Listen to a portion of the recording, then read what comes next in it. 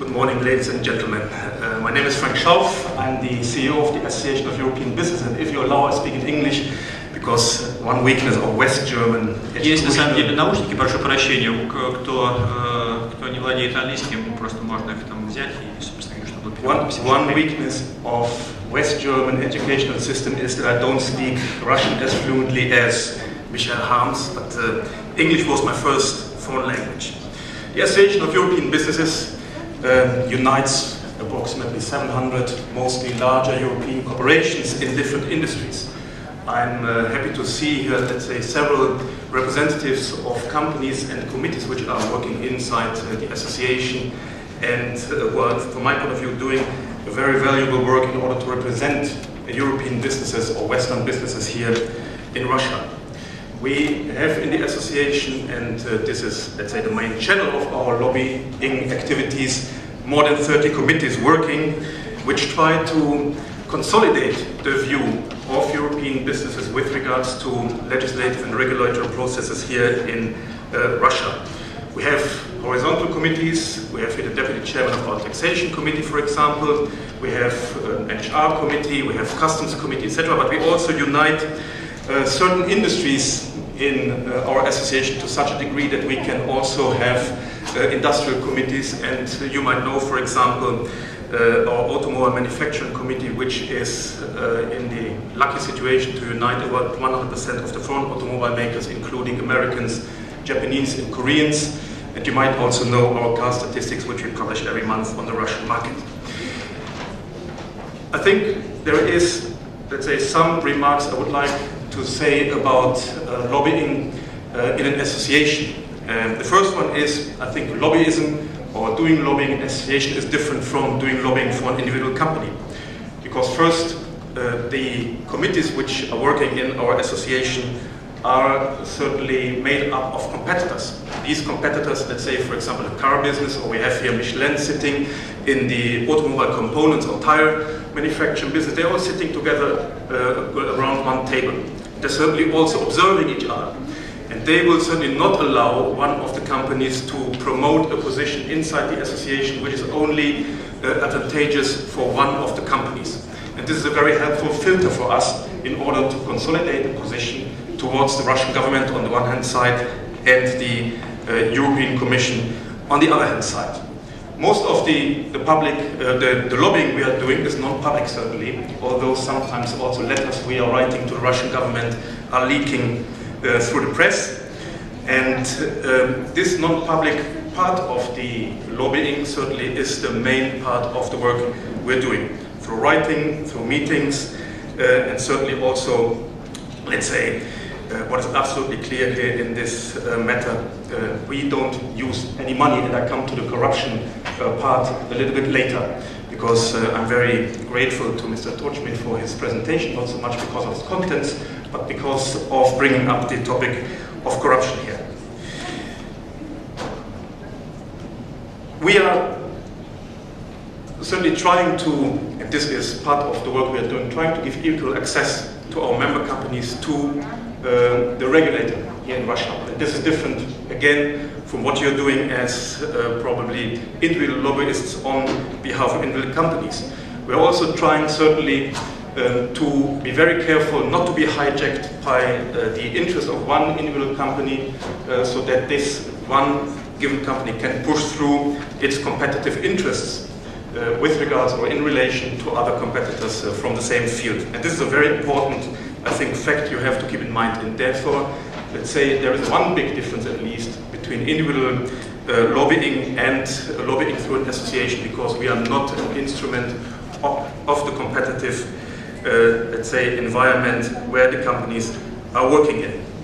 From our point of view, and this is, I think, one of the main principles we are working on, we see lobbying also as a factor, or let's say as a matter of information for the regulator. Because in very many cases, obviously the regulator is not aware about problems they are creating through changing laws. It might be that it's a problem of the perspective of the bureaucracies. It might be that certainly other influences are stronger than those who have been pronounced before. And therefore certainly it is important to give the consolidated view of a certain group of industries with regards to certain legislative changes. For example, we have done this, and we work together with the German Chamber of Commerce here, in this case, on migration legislation, which is of major importance certainly for our constituency, on customs issues in relation to the customs union, which has been formed in the last 1.5 years nearly, with regards to technical regulations, which is also an important contribution, I think, with regards to modernizing the Russian industry. And currently we're, for example, dealing, and I'm seeing here this committee, or one of the committees which is dealing with crop protection, one major part of chemical industries. We are doing this now with regards to waste management in order to try and find a solution which is a practical and viable solution. And here is also, from my point of view, let's say, a certain link with this topic in a discussion of corruption. Because certainly, in contrast to, in our left, Mr. Tochmin, I think that corruption certainly is a major problem and we have to address it. And together, for example, also with the German Chamber of Commerce, and they were here, I think the leaders in this respect, we have addressed this topic very clearly and very, let's say, also drastically, also publicly. And to, let's say, try and look corruption less dangerous than it is, I think is not admissible. And insofar, I think that Mr. Tochmin's intervention is not helpful with regards to corruption. Corruption is a major problem, it has to be addressed, and we have, as an association, and also other associations have to keep this in mind when they are working. We never use money, in order to say this very clearly, in order to reach our aims. And from my point of view, it has been already said correctly, it is not a helpful strategy. It's in fact self-defeating. Because you certainly can invest money in order to get some legislative change or some regulation which is, let's say, giving you a certain advantage, but somebody will come in the next few months and will invest more money in order to change this legislation and this regulatory text. And this is, in the long run, as I said, a non-sustainable and self-defeating strategy, if it's a strategy at all. So let me stop with this short intervention. I think that the corruption issue related to lobbying is a very important one. And I also think that lobbyists, if they have an ethical approach to their work, they need absolutely to exclude the use of money in whatever form in this, let's say, work in this industry of lobbyism. And on this note, thank you very much for your attention. Спасибо большое, Франк, за свою позицию по поводу коррупции, очень важную этическую позицию, на мой взгляд. Два вопроса, если они есть. Да, не можно вопросы по-русски задавать, Франк говорит по-русски. Если... Да, пожалуйста. Микрофон. И представляйтесь, не забывайте представляться. Лидия Тимофеева, профессор Российской академии народного хозяйства и государственной службы. У меня такой вопрос к докладчику. Насколько я поняла, все-таки и в российском законодательстве, и в законодательстве европейских стран, и Соединенных Штатов Америки разводятся конфликт интересов и коррупция. И скажите, пожалуйста, мы прекрасно понимаем, что конфликт интересов – это преддверие коррупции, когда осознается некое противоречие между общим и частным, и можно победить вот эти коррупционные настроения. Вот скажите, пожалуйста, как вы работаете, если технологии работы с конфликтами интересов, с тем, чтобы предотвратить коррупцию, то есть коррупционное деяние? Можете привести пример? Спасибо. I mean, certainly we have a clear position, as I think every other, at least Western association here in Russia, on using money and corruption. And the only one proposal which has been made to me in my 4 years or so of being CEO of the Association of European Businesses to use money in a certain lobbying activity has not been accepted by us. So there is a clear view on this. The board will support this view and taking into account that certainly most of the Western European and also American and presumably also Japanese companies have compliance regulations in place which are in quite a few cases pretty sharp also in their practical implementation. The problem of corruption, in fact, inside our association does not, from my point of view at least, as far as I know, play a role. if it would play a role, I would be very sharp in acting on it. Second, conflict of interests. There might be conflict of interest inside our association with regards to different industries having different views on the same issue. Let's, for example, take the waste management point here. There is certainly, let's say, a potential conflict of interest between our retail trade committee and, let's say, the committee on home appliances. If there would be such a conflict of interest, there would be no other choice but for these people to come together and try to, let's say, clarify their position and find a common denominator, that's it. But this is certainly basically also happening in Western Europe. You have certainly different associations, taking different points, and sometimes they agree amongst themselves, sometimes they do it certainly through the regulatory process, but in the end, a compromise comes out. And I think that the process of finding compromises, at least in our association, it works. And the conflict of interest between different industries usually is being solved by a simple discussion and negotiation process. If we talk about corruption in the legislative process, I think I could name 2 examples in this year, but I don't want to come into the press with these 2 examples, so I will not name them explicitly, which I think have been, let's say, linked to substantial material interests for certain groups. And I think here, such a lobbying association as ours, or also German Chamber of Commerce, but also Russian associations who are dealing with this kind of stuff, are certainly helpful in order to correct such processes. Because if you have a law coming into place, which is, or into force, which is, let's say, promoting the very specific individual commercial financial interests of a very small group, this is obviously not helpful for the whole of the society.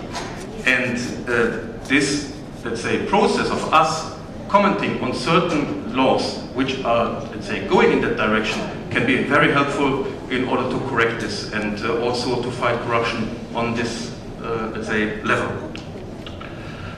Спасибо. Вот, рядом, так как со мной сидит соавтор этического кодекса, который для лоббистов в Соединенных Штатах разработан, Райт Эндрюс, он тоже не мог остаться в стороне дискуссии, хочет также прокомментировать свое отношение к этому вопросу.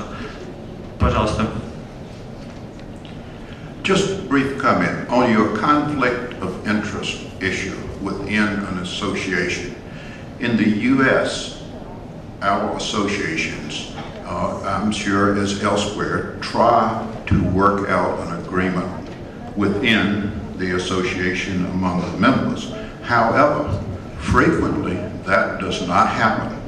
And in the U.S., we have, particularly in Washington, many individual companies have their own lobbyists. They will have their own corporate office with lobbyists. They will hire people like me to protect their interests because they recognize that the lowest common denominator in an association is often not in the best interest of a particular company. So you will have individual companies working with the association to a point, but then they're advocating their own positions. Often, if there may be several companies within an association that feel the same way, that the association does not represent them. They will form a coalition of companies, maybe 5 or 6, and they will have their own team of lobbyists. That is the way we deal with that. But on the broader question of corruption, as I think I said earlier, personally,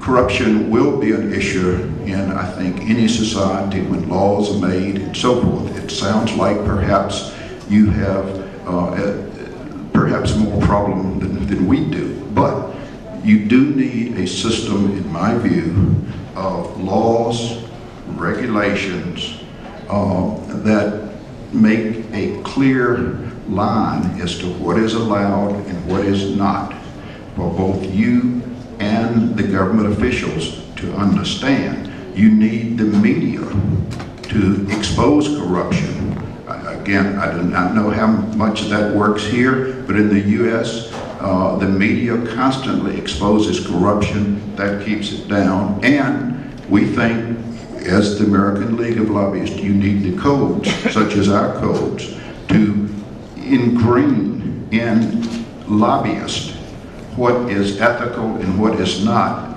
and certainly it is being corrupt and bribing is not. Thank you.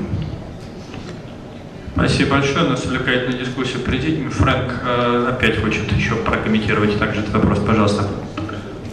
There might be a difference between American and European associations, but I mean, certainly you have, from our point, as a foreign business association in Russia, you have 3 stages. The first stage is always a company goes alone. I mean, there's a problem and the company wants to try to solve it alone. It's very clear. I mean, it's the first stage. Second stage is if you cannot solve it alone, you try to come together with your competitors and you try to identify if you have the same problem as your competitors. And then you try to find a common denominator. This is also very clear. And then you try to do it through an association like ours. And the third stage, and this is then heavy artillery, you try to involve state structures. In our case, the European Commission, which will then perhaps try to negotiate on the level of the Russian government an improvement. But this is, from our point of view, let's say a 3-stage development. First alone, then in the association, and if this doesn't work, you try to go and politicize the whole conflict or the whole question, the issue. Спасибо. Коррупция в России действительно живое затрагивает всех наших коллег-спикеров, поэтому Михаил также хочет еще раз прокомментировать этот вопрос. На этот раз не коррупция, а вопрос. Мне кажется, в России очень часто теоретическая дискуссия о лоббизме, и как очень часто почему-то очень сильно напирают на закон. То есть нужен закон о лоббизме. В Германии нет закона о лоббизме. Я, честно говоря, даже не знаю, есть ли этические коды лоббистов. Во всяком случае, мы в своей практической работе, теоретически его особенно не рассматривали. Я думаю, для лоббизма самое важное – это создание, как на любом рынке, государство должно создать level playing field. Да? У вас у всех должны быть одинаковые шансы. И тогда очень много групп интересов, мне кажется, более-менее автоматически создадут нормальное, так сказать, решение. Вот это самое главное. Вы можете писать очень много законов теоретически. Если у вас нет этого level playing field, тогда никогда ничего хорошего из лоббизма не получится. Спасибо.